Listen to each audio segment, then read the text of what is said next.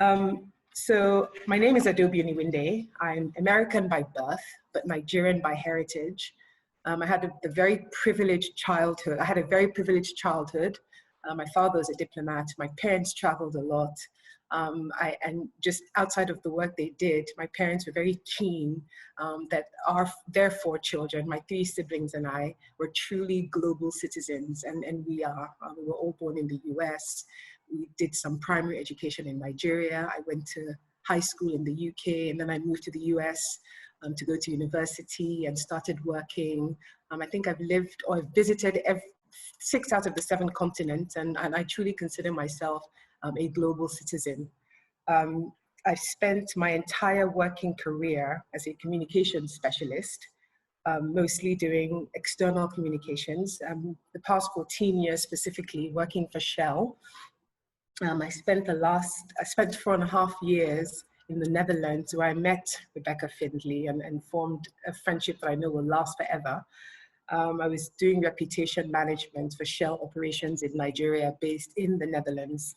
But I think, as interesting as that job was, that ended, and I sort of, I did have options, but I felt it's nearing the end of my Shell career. I've done this 14 years now, and I sort of felt my last role, or at least my last couple of roles, I really wanted to move back home. I didn't grow up in Nigeria, but my parents have retired here. My father passed away, sadly, last year, and I just felt a draw to sort of come back to Nigeria.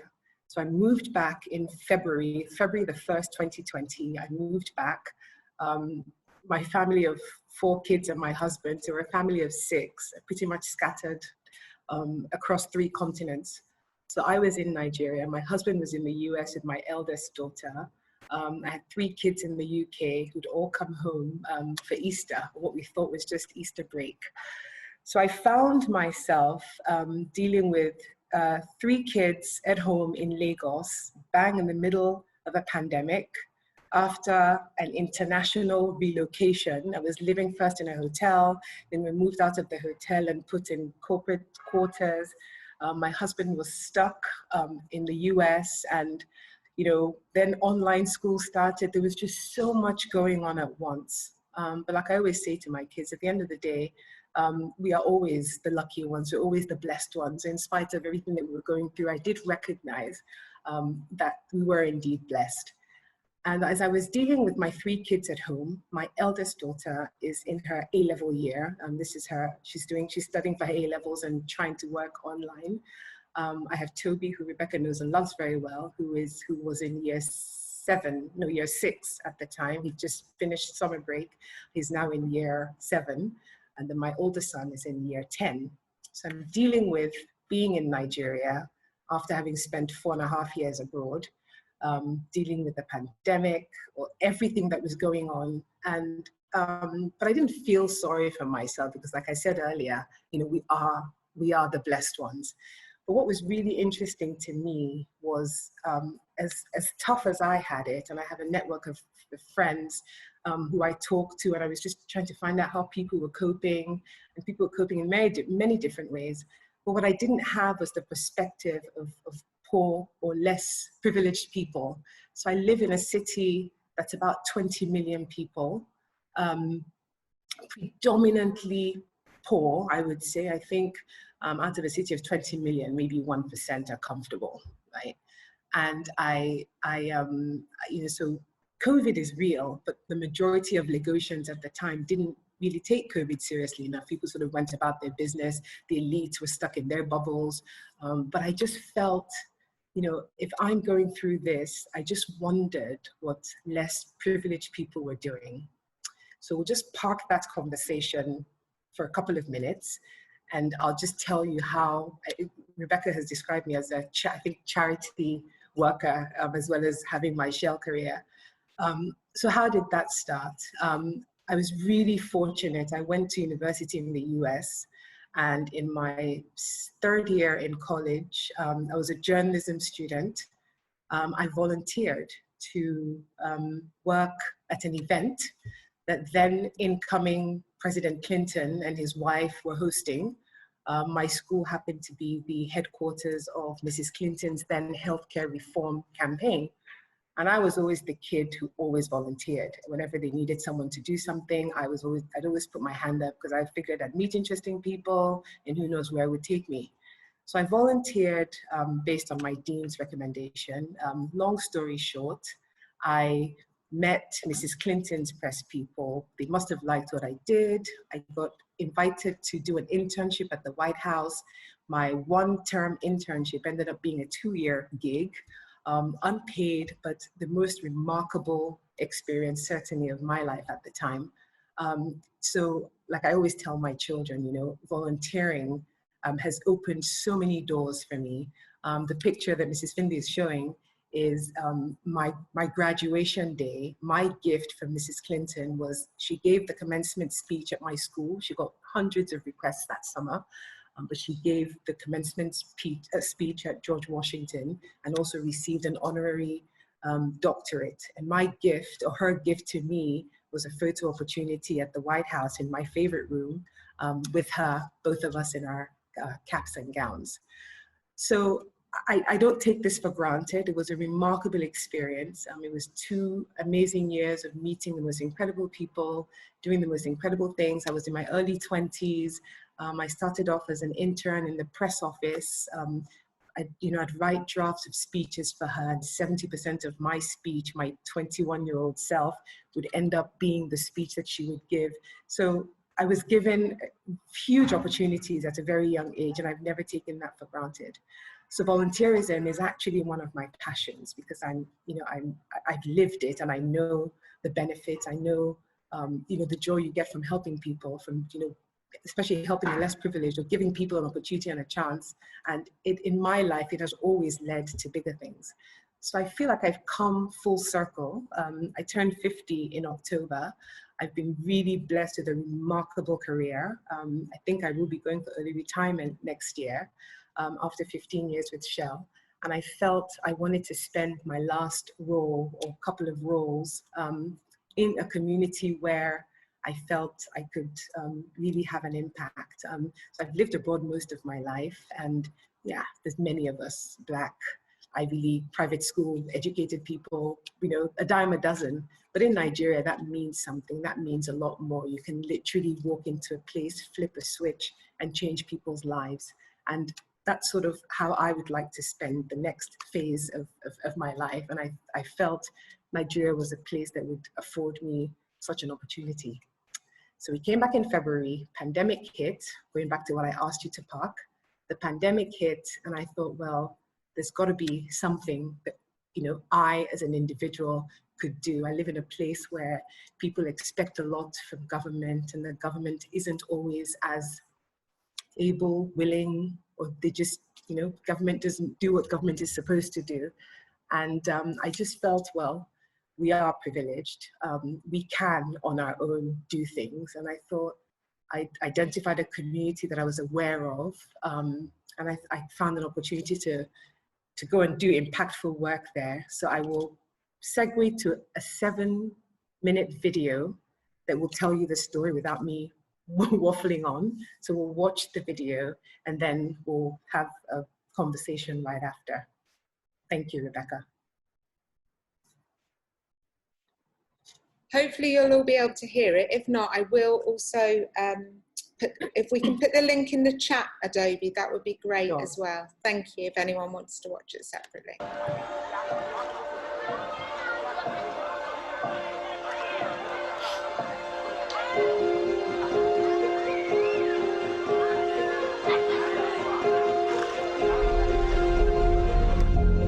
When I was young, I didn't know the value of education. I don't know anything about education.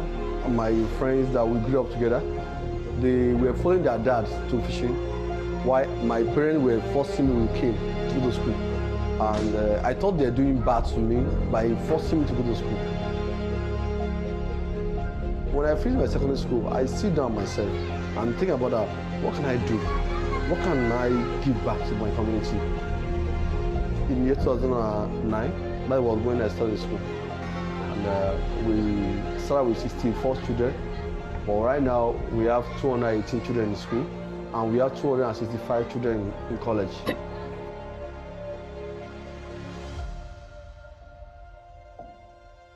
first time I met Noah was about 10 years ago.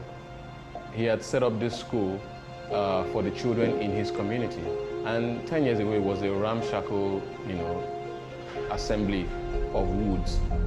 But here we are, when we got back this time, the school was looking better. And so I decided that we would do a story around him. Because obviously, even though the school was looking better, they still had a lot of challenges. So we wanted to make a film and use that film as a tool, as a vehicle to get support for what he's doing. So we spent a week there, made the film, and then I think I showed a clip of the film to a friend of mine called Adobe.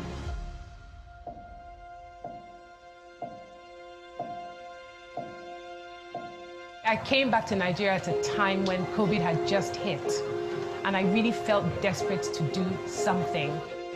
Actually, I got to hear about Joel after he won in the Venice Film Festival for the VR movie on Chibok girls.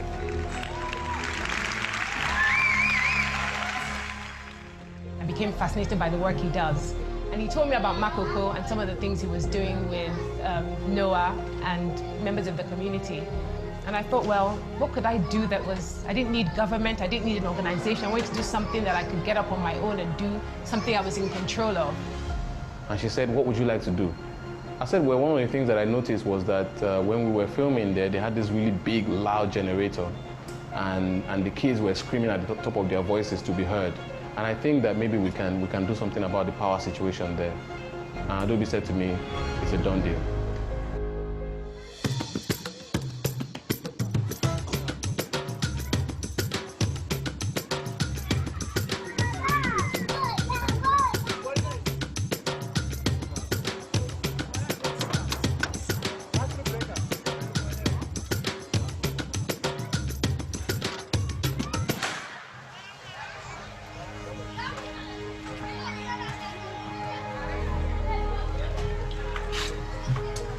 This is why we're doing this. This is why we're doing this. Yes. So these kids have an appetite for learning, and then because of COVID, nothing. And then we sat back, Joel and I talked, and we said, well, solar is nice, they have light, which is great, but during the day we have light. What more can we do? And we agreed that, hey, look, maybe it might be better to not just install solar, but also install smart TVs and install internet. So that way, the children in the community who don't have access to, online educational resources can be able to go online, because that's what every other kid, at least the privileged ones, that's what they are doing right now.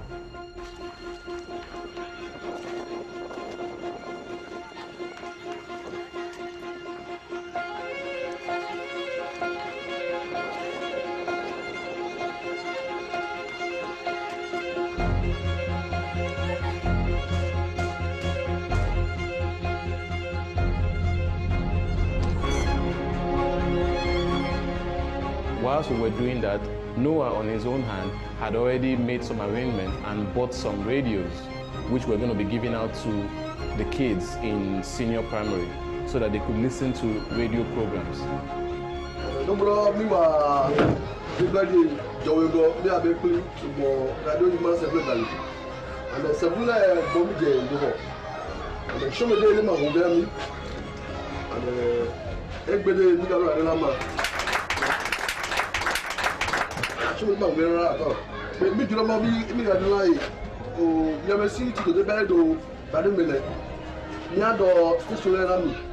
So we now said, okay, fine. So while the kids have access to the radio, the ones in senior primary, let the ones in nursery be able to watch things on TV.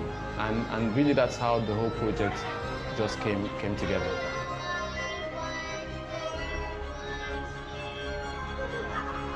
I'm very happy to see all the changes, because I think this is the first solar panel we have within this vicinity. When we started the school, I didn't believe that we would have a solar panel. I didn't believe that we would have a smart TV. And I feel very, very happy. And not only me, the entire community. Today, you will to eje bugoji. Better toy. Oh, we know. Do meden do aka fon be women to dada ole. Pero takun we takun boyru. Se video egbe. Ojo video lo ye fi ye ni jonu. Meden do adugbo ye de bi ma to wi mele. Ye mo lo wi mele da gba wi mele. I really believe that the more you give, the more you get. I think one of the most powerful things that happened to me today and through all this is the way these children prayed for me. It just taught me that we can do so much with so little, but the benefits you reap, you're gonna get it back. And I'm just really looking forward to seeing these kids grow, this community. Noah has promised me that if I come back here 5 years from now, all of this will still be here, maybe even better. And for me, that's really the joy, the ability to give in such a way that you can touch and feel and see the impact. I believe that every child has a right to an education, regardless of wherever they are. And at a time when you have hundreds of millions of kids out of school as a result of the lockdown, kids from poor communities like Makoko are at a higher risk. And so I think that this intervention that we have done in Makoko will go a long way to providing access, to educational material online. For me, this is a true example of how you can use films for impact.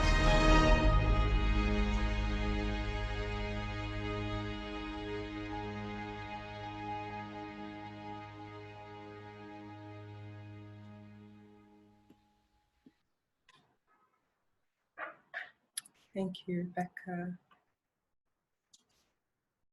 I've put a link to the video in the chat box if anybody wants to watch it later. This is education. I thought this was a good intervention to talk about here. What was really remarkable about that is for the first time, a community got power for a school. It's the only school in the community. These kids had no power. And we were able to do that. But what was really remarkable, it looks like a really big thing. And I guess it is a big thing, but that was one paycheck. That was that entire thing, the solar panels, the TVs, one paycheck, not even my entire paycheck for a month. So it was just, proof to me that you can do so much. You can give, and we who are privileged can give so much with so little. What's come out of that is it's a community of, I think, 250,000 people who live on water, on stilts. They're water people. These are people who survive well on land. Some kids have been taken out of the community to go to school on land and have gone back because they just can't deal with traffic and cars, and they just all they know is the lagoon and that life. So what started out of a passion to give back became a bit of a social experiment. So I said to myself, well, I work for a company that distributes solar power, but I had one of the investees. I work for an impact investing firm, and I had one of our investees, paid the company to do this. But it wasn't an organization, it wasn't government, it wasn't friends. It was just something I did on my own because I wanted full control. I wanted to be able to knock this out in a weekend and and be done with it. But what's come out of that, my friend Kachi Benson, who is a filmmaker, put this on YouTube. And now the support has been amazing. So there's a maternity hospital, the only hospital in the community that I had decided would be the next thing I do. But I'm not paying for it. There's been so much support. People have pledged treble what it would cost to solar power the hospital. So the experiment worked. You do the little you can with what you have. You tell a story, and the hope is that other people will pick up where you started. So thank you. That's my story. Thank you. Hi everyone. I'm here to introduce Dr. Hartini, who insists we call her Teeny, but it just doesn't seem right, and you'll see why after you've spoken, after you've listened to her. The first time I met her when she came to school to work on a project, And what I didn't realise and joined the dots up with afterwards was actually I'd heard about her before I'd met her, and I heard about her from a friend and colleague who told me a story about a compassionate, dedicated, very determined lady looking for a home for an orphaned boy who had had to be given up by his mother, who couldn't care for him anymore. And it wasn't until after I met her that I put that story together. And after that, I went looking for her on the internet and watched her TED Talks. You must watch these. I watched these while I was cooking and burnt everything I made that day. I was so distracted. But she's also done some short films for Her World, the Women channel. There's 4 short documentaries, which I just found really fascinating to listen to. She's a fan of quotes. I'd be surprised if she's not got any in her presentation this evening. She's got some fascinating stories that are just really wonderful to listen to. And she's a tireless child hero. So Teenie, welcome. I'm handing over to you. Thank you, Katie. Thank you all for inviting me to be here this evening.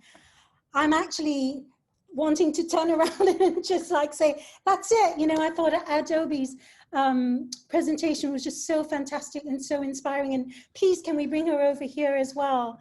But anyway, I obviously can't because Katie's already introduced me, so I'm here. I wanted to do something slightly different from what I usually do. Simply because I'm a child activist, yes. I'm not a philanthropist, I'm a philanthropist consultant. I do a lot of work on philanthropy. And I'm currently a consultant to one of the local humanitarian organizations here in Malaysia. The presentation and what I'm going to speak about is actually my response to many of the parents and cultural and religious leaders who are not standing up against child marriage. And actually, you know, we've been working, some of us in this field have been working to ban child marriage in Malaysia for years. And there has always been so much resistance from cultural and religious leaders, you know, making excuse after excuse. And in most of the cases of child marriages in Malaysia, they involved young girls. And when I spoke to some of the mothers and the parents, actually, and it was surprising because it was the mothers who told me this, they basically said, well, we can't afford to keep this girl and we might as well marry her off before she gets into trouble. And my response was always, but girls can do anything and girls can be anyone and can do anything. So why would you literally sell your child or give your child away to someone else because they're considered a burden? So for me, this presentation is my response to that. But girls can be anything and girls can do anything. And part of the reason is also based on my personal story as well when I was a child. Could we move to the next slide? So growing up, I had this really wild imagination, like I'm sure many of us do. But I really wanted to do and be everyone. And one of the stories my mother and late father like to tell everybody is how I actually pretended I was Tarzan and jumped from the top of a bookshelf cupboard and swung and jumped onto a chandelier or a lamp in the middle of the room and brought the whole lamp down just as my parents walked in. But for me, for the longest time, I wanted to be Tarzan. I didn't want to be Jane. And because I just felt that, you know, Tarzan had more fun. He got to roll around with the animals. He got to do a lot of things. And everybody used to tell me that Tarzan was for boys and that I could only be Jane.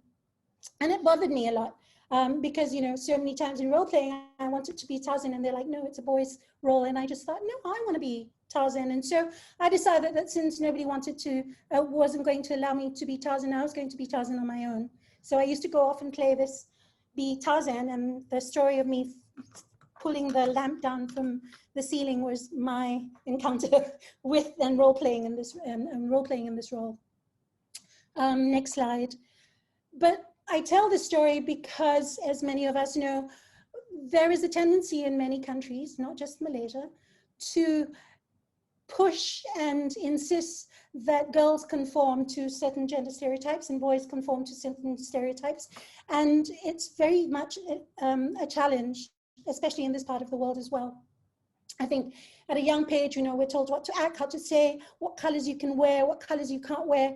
And these culturally ingrained ideas to teach children that women are supposed to be, you know, subservient and shy and not speak up, and you have to be in the kitchen and you cook is very much alive in many countries. And it has also been, it's very much alive in many countries and many families, even today in Malaysia. And so men, you know, go out and they can be tough and they can be assertive, but girls have to be meek. And, you know, and if you speak up and if you say anything, then you're obviously A, not married, because no man is going to want to marry you, or B, you've obviously divorced because no man wanted to marry you, and you obviously can't cook and you can't do a certain amount of things. And these stereotypes and ideals are very much a part of what I'd like to break for many reasons. One, because I work with children. And many times it's the girls I see who drop out of school. It's the girls I see who are told that if they can't do, they stay at home. And it's the girls that I want to inspire because I was a girl, like many of us. And, you know, and in growing up, I want them to know that they can be anything and do anything we want. And that it is time, 2021, to break those roles and those stereotypes and to do something, and that, you know, that girls shouldn't be left at home or forced to stay at home. We have in Malaysia a high number of secondary school children who drop out of school by the time they're 15. 1 in 5 or 1 in 6, depending on a UNICEF study, drop out of school by the time they're 15 years old. More than 50% are girls, and this is an issue. Next slide, please. So, you know, for many years, academic performances have been inclined towards gender orientation. Boys have done well. You know, boys can go into STEM, where boys can go into science and technology and engineering and mathematics, etc. And the gap widens, obviously, as you go to universities, etc. And so, you know, we see this persistent negative stereotype even till today, as we said. And it also, we see this discrepancy in pay, in that glass ceiling, which is very much alive in Malaysia and in many parts of the world. We see that disparity in promotions, we see that disparity in career advancement opportunities, which is why Malaysia, you know, insists on having this 30% must be women in board, in corporate bodies and you know, governance, but, you know, we've still yet to hit that 30% target. Next slide. So how important is it? Obviously it is, right? So in 2015, the UN General Assembly talked about the SDGs, or the Sustainable Development Goals, with the 17 targets to help end poverty. But the argument was made that gender should be at the forefront of the conversation, right? We talk about leaving no one behind, and we want to make sure that girls and women don't get left behind. And how do we then, from then till now, 6 years later, how do we ensure that girls and women are included in the development stage? Next slide. I put this poster up, which I took off the internet because we know this, but I wanted to re-emphasize why investing in girls matter, why, you know, ensuring that girls get their education at your drop off at school matters, you know, and there are so many reasons. The fact that they are the primary caregivers in many situations here, around the world, but in Malaysia, the fact that they're the ones primarily who take care of the children, that they are the ones who give birth, that educated women are the ones who will ensure that their families are safe, and that if you intend to invest, always invest in the women in the family, because they're the ones who will make sure that everybody is taken care of. But if you give it to the men, maybe they do, maybe they don't. So we see that a lot, especially in rural areas as well. One of the things that I've noticed working with the marginalized and poor in Malaysia, especially during MCO, and we all know this, you know, knowing that what the restricted movement and the pandemic has shown and highlighted is that disparity between the rich and the poor, between those who have and those who haven't. And, you know, I'm used to working with the poor, having done this work for, you know, over 40 years here and in America. And Adobe, I was in New York the time that you were in Washington, DC, just so you know, during the whole Clinton administration time. So I lived there for 20 years as well, and also went to an Ivy League school, and also saw a lot, and also got involved with the work that I do through volunteerism. So you're absolutely right. Volunteerism is the one way of sort of experimenting and figuring out and trying out different programs and stuff just to see if it works. And that's exactly what happened to me as well when I came home. But, you know, what I've seen during the pandemic, which I never saw before, even though I've done this work for 40 years, is the number of single mothers and the number of girls who've had to drop out of school because, well, the school was closed, but would have to be, would actually had to stand up and be the primary caregiver because the husbands took off, the husbands lost their jobs, and it was the women and the young girls who had to decide how to take care of their own families. That's number one. Number two, because many of the girls and the women that I worked with actually weren't educated well enough or had dropped out of school, they couldn't get another job. And they had little babies, little siblings, etc. stuff. And the first thing that happened, which I've never seen before, is that they were kicked out of their homes because they couldn't pay the rent.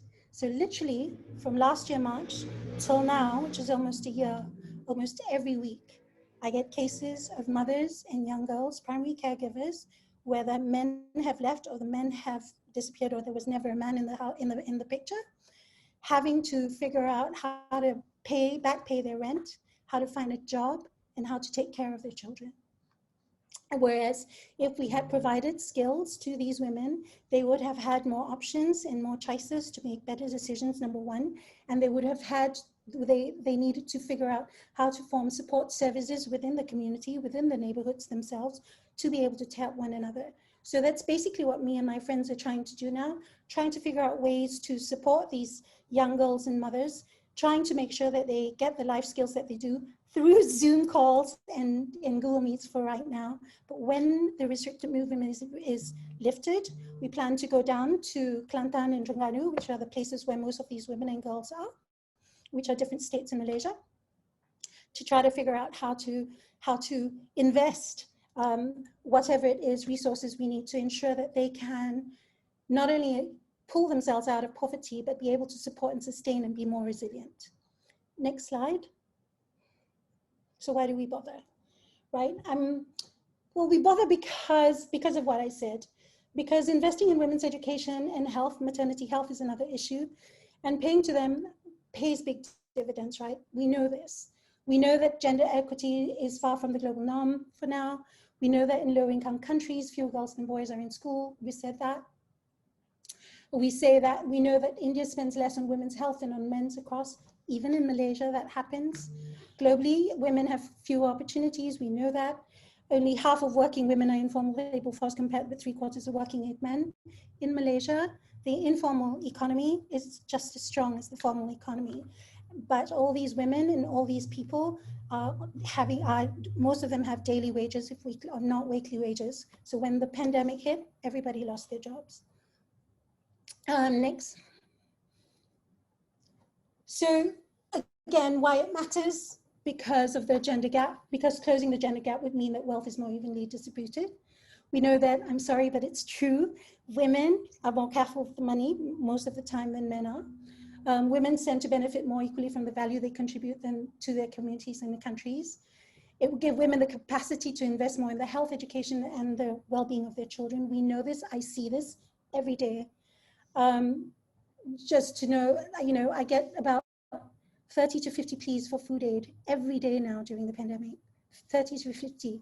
And in almost all the instances, the ones who were asking me were the mothers. It was hardly the men. And that's because they're the primary caregiver. And again, they're thinking of their entire families. And I would rather, and it's not because I'm biased, because I'm a woman, give the money to the mother and the woman in the house than to give the money to the men. And there are reasons why, and you see this over and over again. Next slide, please. Oh, can we move to the next slide? So we have to think bigger, right? I'm trying to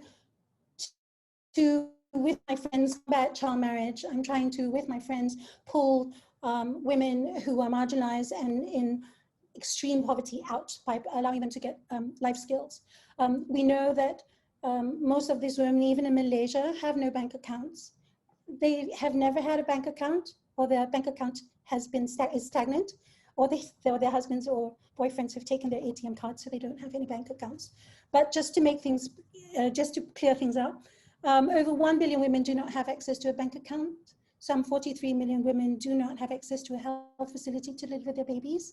One of the issues and one of the programs that, one of the biggest initiatives that I'm passionate about is picking up babies, because we have a high rate of baby dumping in Malaysia, and we have a high rate of teenage pregnancy in this country. So we have this issue of mothers and stuff selling their babies or dumping their babies or killing their babies, which nobody wants to talk about very much. So right now, 86% of girls in the world don't have basic math skills by the time they're 14. And we better start now, 2021. It's ripe with opportunities to help women and girls to get the education they need, ramp up their life skills, provide economic opportunities, make them more resilient, empower them to help one another, support one another, so we don't have to, people like me and my friends don't have to run around and do this once we've already put in the foundation. Next. Next slide. Okay, so it's a call to action. If we can move the slide back one. What can we do, right? We need to ensure that they stay in school. We need to ensure that they, that's okay. We have to provide alternative educational tracks, life skills, empowerment, give them a platform to speak up, speak out.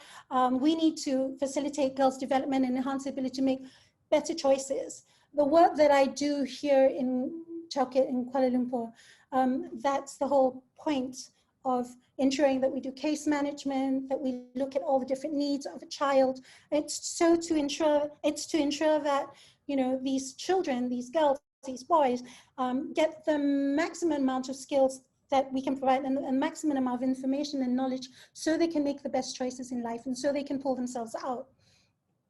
But specifically, we need to actually have programs for girls. And it's not because we're biased that boys are this thing, it's just that we need to understand the diversity of women and encourage them to challenge gender stereotypes, because we know that's what keeps them in their little small thing. We need to enhance girls' careers and knowledge by exposing them to STEM. And I know Tan Sri Jamila, who is the advisor on health to the Prime Minister, keeps talking about STEM. Dr. Adiba, who is our foremost scientist, one of our foremost scientists on infectious diseases, working on the pandemic, would also tell you this, that we know we need more girls in STEM, we need more girls in engineering, we need more girls in mathematics. But even more than that, we need to ensure that even women in rural areas, women in marginalized groups like refugees, stateless, migrants, have options, so that they don't stay in marriages that they don't want to stay in, that they do have life skills to be able to support and empower themselves. And we need to ensure that this happens across the board. Next slide, please. Next slide.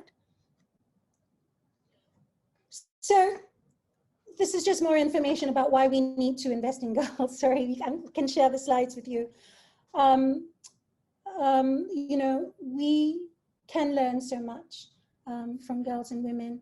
I mean, too many times in places all over the world, the women are not allowed to speak up.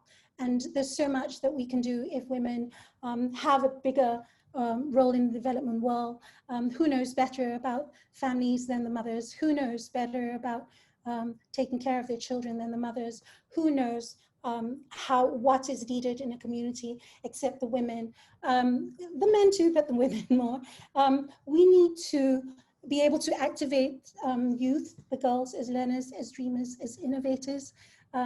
However, far too often young people, and particularly adolescent girls and young women, they face barriers to realize the possibilities and participate fully in society. And I'll give you an example.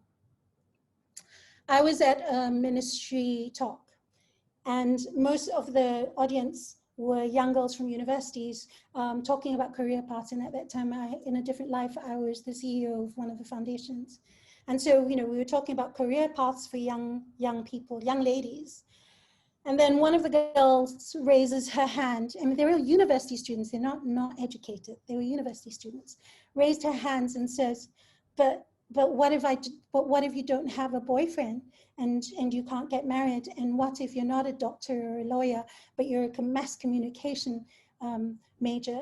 Then what happens? What happens? And I'm like, and I actually was so shocked, because she actually thought that the value of who she was based on the fact that she needed to get married, and that if she wasn't a doctor or a lawyer, then she didn't have much of a life.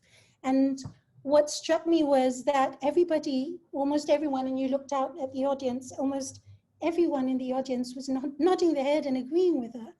And I just paused for a moment. Not that I gave the best answer, but my heart just went out to her, and I said, honey, who told you that you need a boyfriend to have a better life? Who told you that you need to get married now? And who told you that being a mass communication person means that you weren't going to do well in life, right? If we look at what life skills are that are needed right now in this 21st century, you need to be flexible, you need to be able to communicate well, you need to be able to adjust, and you need to be able to adapt. And if you have those skills, you're going to go much further than the person who's just going to stay in their little one corner thinking that that's the only choice that they have in life. The world is your oyster and you can do anything. So the girl, you know, it's good. She came up after the talk, and she and her girlfriends and said, are you sure this is what's going to happen? And the thing that struck me was the low self-esteem these educated college students had, and the worth that they placed on being married and having a career that wasn't a doctor or a lawyer, and therefore you're worthless. And this was just a couple of years ago. So for me, it's something that enrages me, that girls and young women think they have no choices except the choices that are carved out to them by societal needs and societal expectations, and that in 2020, 2021, this still happens. So for me, girls can do anything, young women can do anything, but we need to provide that support services and to encourage these women and young girls to dream big and to do whatever it is that they want, and that whether or not society accepts it or not, they are worthy. Next slide.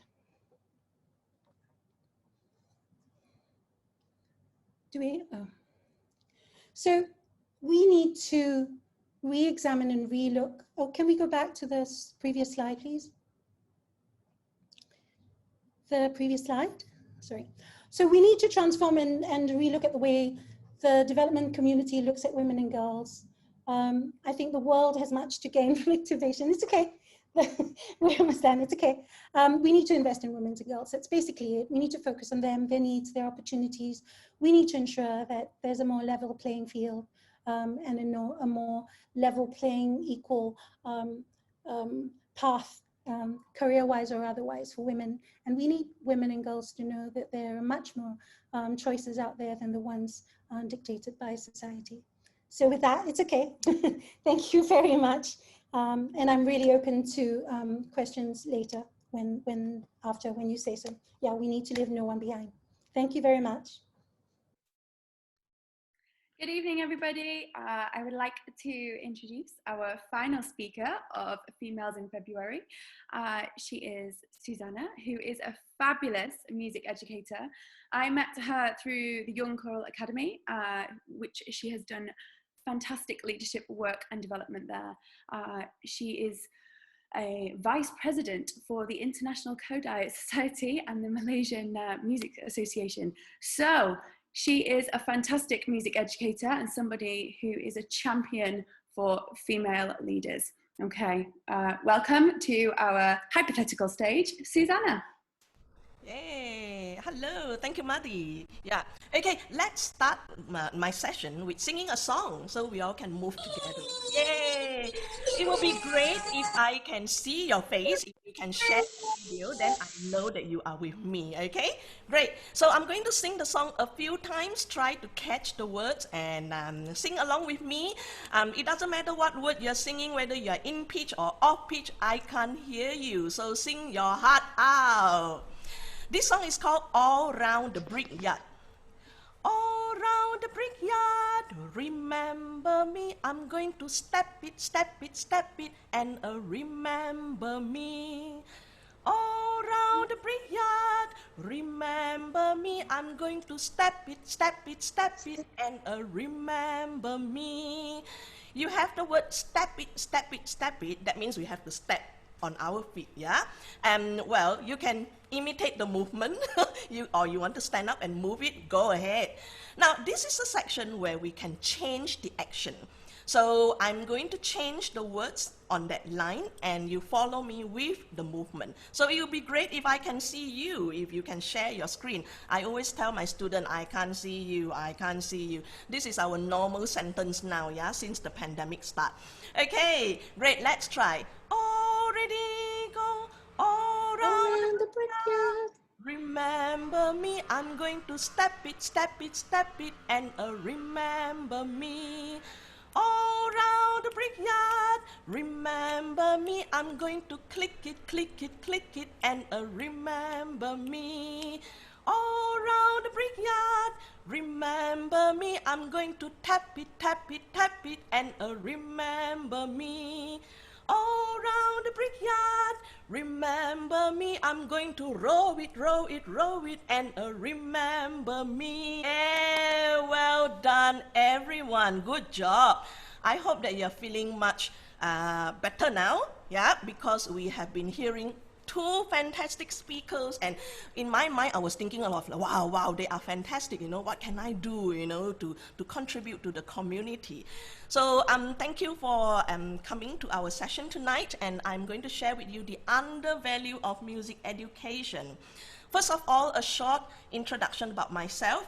I'm a choir conductor and also the music educator, lives in Kuala Lumpur, Malaysia. I am also the founder and director of Young Choral Academy, a choir hub for music teachers, choir conductors, singers, as well as music lovers. I am also the lecturer and choir conductor at the Malaysian Institute of Arts. You can see that the choirs here, you know, we travel a lot for performances, competitions, or choir exchange programs. And I am also teaching at the University of Malaya and also University of Technology Mara, the pop choir. And you can see that we have been rehearsing online since March last year. So it is coming to a year now, and I haven't seen my student face to face, and I'm so longing to work with them face to face. So as Madi mentioned just now, I'm also the Vice President for the International Kodai Society and also the Malaysian Association for Music Education. Apart from that, I'm also working committee member for the Asia Pacific Choral Summit, Asian Choral Association, Choral Space, Germany, and also the council member for Interkultur Foundation, and also the international jury and speaker for various international choral and music education events. So that's all from myself. So normally when I'm in overseas and I tell people that I'm a choir conductor, people will say, wow, you know, which age group do you work with? Or people will ask me, are you working at church or you're working at school? But back in Malaysia, if I tell people that I'm a choir conductor, these are the responses that I normally get. I'm going to talk to you in the local accent. Wow, you teach choir. What is choir?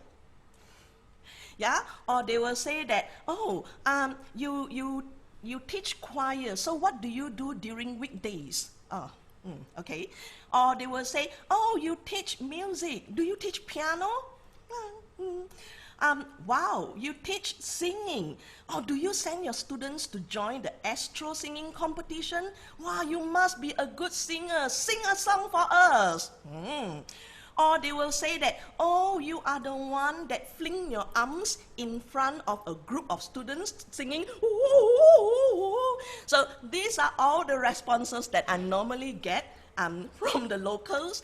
When I was younger, I was actually quite offended by their responses. But then I start to realize that they didn't actually have the opportunity to get to know. They were not exposed to the many different genres of music experience. So I started asking myself, as a music teacher, what can I do to help the public know or appreciate music? Yeah. Music lessons are usually the first to go when facing financial challenges, heavy school workloads, or exams. So why is it so? Most of the public recognize music as an entertainment or leisure activity. Well, they are not wrong, because music does help to serve as an expressive tool and also increase intimate encounters with our loved ones. Take, for example, mothers singing lullaby to their child before bedtime, or when we play with our kids, we sing children's rhymes or children's songs. Yeah. So we also hear some parents may talk to their kids like, why you want to go into music as a career? Music don't earn money. or parents will say, why you want to go for music lesson? What for? Yeah. So let us look at a scenario. Most of the time we look at a pop concert. We only see that, wow, the superstar singing on stage, beautiful costume, choreography from the dancers, and a large-scale performance. But I think the public should make known that there are a lot of things behind the scene and people working for months towards that one performance. There are many people involved behind that one show. Take, for example, you have the band members, backup singers, dancers, stage manager, stage crews, makeup artists, costume designers, light and sound designers, technical crew, front of house team, ticketing team, marketing team, administrative staff, catering staff, security guards, parking attendants, etc., etc. There are hundreds of people working behind that one show. So this provides job opportunities. The concert brings in audience from different parts of Malaysia as well as neighboring countries. So this audience benefit the transport, travel, and food industry in our country. So besides job opportunities, the concert devotes to the local economy too. So apart from job opportunities and contribution to our economy, what else does music benefits the community? Why is this essential to our well-being? Now, music is a powerful social medium. It brings people together in a moment, in an act. Take, for example, playing in an orchestra, in a band, singing in a choir, or in any form of ensemble activities. These active music-making opportunities are becoming increasingly popular as a means of supporting physical and emotional health. Music helps to bring out emotional responses and convey feeling states. People use music to regulate energy levels for everyday purposes, such as exercising or relaxation. Music has a strong neurological basis. We normally say that language works on our left hemisphere of brain function and music on the right hemisphere. But through the research done by the neurologists and also musicologists, we learned that when we listen to music, it is across both hemispheres and throughout all the different cortical networks in the brain. So music is a mega vitamin for our brain. Music serves as an important role for special needs students as well as populations who are undergoing rehabilitation, such as patients suffered from accidents, stroke, Alzheimer, Parkinson's disease, cancer, disorder of conscience, mental disability, and many others. Music is a natural resource which can engage, motivate, and enable student participation, like what we have done just now. Yeah? Foster collaborations, develop confidence, support identity formation, and lead to a sense of individual and collective belonging and well-being in schools. Formal music practice involves cognitive challenge, controlled attention for long periods of time, keeping musical passages in working memory or encoding them into long-term memory, and decoding musical scores and translating them into motor programs. Music works on oral perception, which in turn supports the development of language and literacy skills. So you can see that these are only the few points that I can search from the different books. Yeah, there are many, many other things that music contributes to the people, the community. So when I first came back to Malaysia in the year 1999, I worked in the town of Ipoh for 5 years before I get married to Kuala Lumpur. Now I had to start my career from scratch because I didn't know anyone there. I have to start to gather students to join my choir, and I have to assure the parents that choir singing is a healthy activity and it won't affect their studies. And I had to organize a lot of performing opportunities for the students to open up their mind towards music making, and gather support from schools, administrators, and parents. And I also have to produce results from various competitions so that once they see, oh, there is something, they win something, and then they'll say, let's go and join choir. So I have to make sure that the level is higher. Yeah.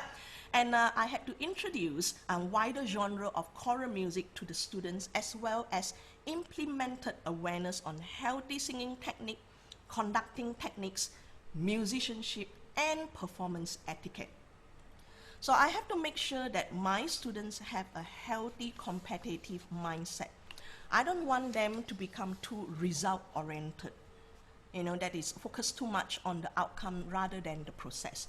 Because sometimes, I think in our education progress, we have been taught to become a winner, and we forgot to teach our students how to face failure. So I don't want them to look at music as something that they have to win, win, win. So therefore, I had to create a lot of opportunities besides competition for them to experience. Through music, they can get a lot of new friends from other choirs, other schools, and they can reach out to the community as well, using their music, their voices. So in the year 2007, I set up Young Choral Academy, a place where we gather talents to work together to further raise the level of choral and music education in Malaysia. I realized that in order to build the choral singing standard in Malaysia, apart from focusing on achieving higher quality of music performance, there are many other areas that I need to reconstruct. Take for example,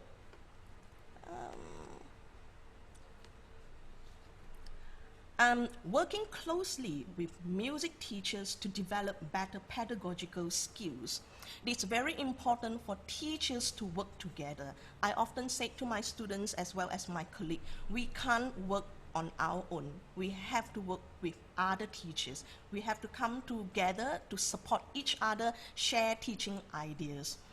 And then I have to realize that we have to encourage local composers and arrangers to compose more Malaysian music, so that when we go out of Malaysia, we can bring something that we call Malaysian-made music, okay, to share with the world.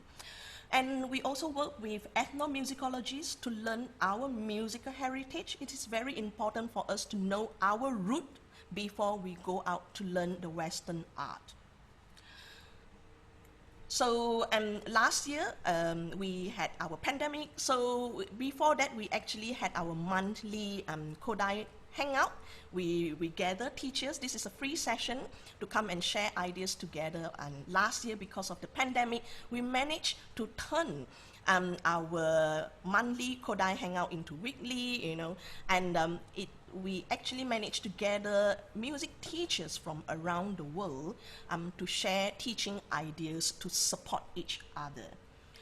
So another area is to organize quality national and international events to provide a better learning platform for our students.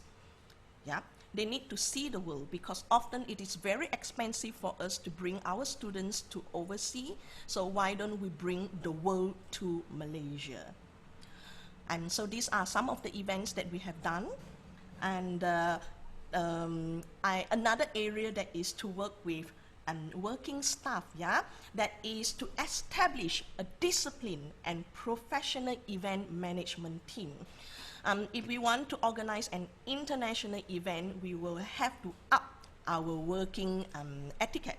Yes, we have to make sure that we produce a good quality event. So you can see that these are all my students and my colleagues, you know, everyone come in together, they are doing voluntary job, and they are all music students or musicians, you know, but they want to ensure that the whole event is running smoothly. So we all work very hard together. Now, it is not easy for a new graduate to kickstart their career, especially in the art industry in Malaysia. Many talents choose to work in overseas because they don't see opportunities here. And many of them are also comparing themselves with established music educators. Take, for example, they say, oh, wow, Miss Susanna, you know, you're doing so well, and I am just graduated, and I can't do what you are doing. But what they didn't see are the hard work, sweat and tears from my past 22 years of experience. So if the society have better understanding of music education, we wouldn't have lost these talents. I received my master's degree at the age of 45. That was because I was busily nurturing younger generation of musicians and teachers. I waited until they come out and start to teach, you know, they are a lot more steady in handling the classes, then only I went back to study. And I also have to build a healthy choral and music education scene, bringing people together, collaborate with musicians, conductors, composers, directors, and choreographers, you know, to create numerous education events and platform for performance. The journey of building is definitely not an easy path, but it is such a fruitful journey that confirmed my love for music. So let us continue to work together to make our society appreciate the value of music education. Thank you.